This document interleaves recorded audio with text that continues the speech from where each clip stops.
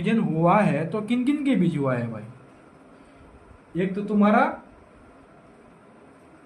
Division कर दिया गया, एक तुम्हारे इंडियन मिनिस्टर में और एक तुम्हारा governor and the British executive में। समझ में आया? समझ में आया कि नहीं?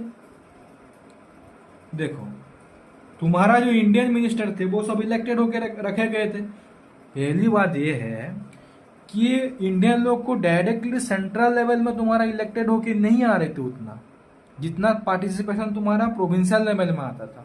एक डायग्राम बना देता हूं मैं, वह समझ में आएगा। ये है तुम्हारा क्या,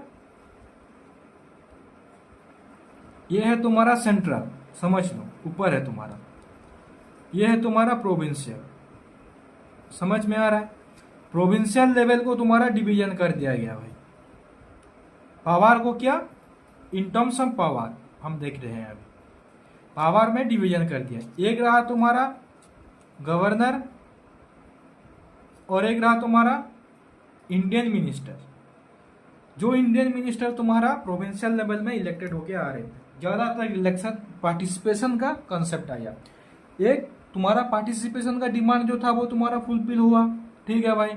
अब तुम्हारा क्या, सेल्फ गवर्नमेंट जो चाहते थे वो पहले प्रोविंशियल लेवल में वो तुम्हारा अप्लाई किए थे वो ब्रिटिशर्स लोग। तो ये जो पावर डिस्ट्रीब्यूशन हुआ भाई, ये तुम्हारा सब्जेक्ट में हुआ। सब्जेक्ट में हुआ मतलब जो तुम्हारा एक सब्जेक्ट है वो भी बताऊंगा। एक है तुम्हारा रिजर्व सब्जेक्ट हुआ, एक है तुम्हारा क्या, रिजर्व सब्जेक्ट, और सेकंड है तुम्हारा ट्रांसफर सब्जेक्ट। बताऊंगा कौन से सब्जेक्ट में, इस सब्जेक्ट का मतलब तुम समझ लेना क्या है वो भी बताऊंगा।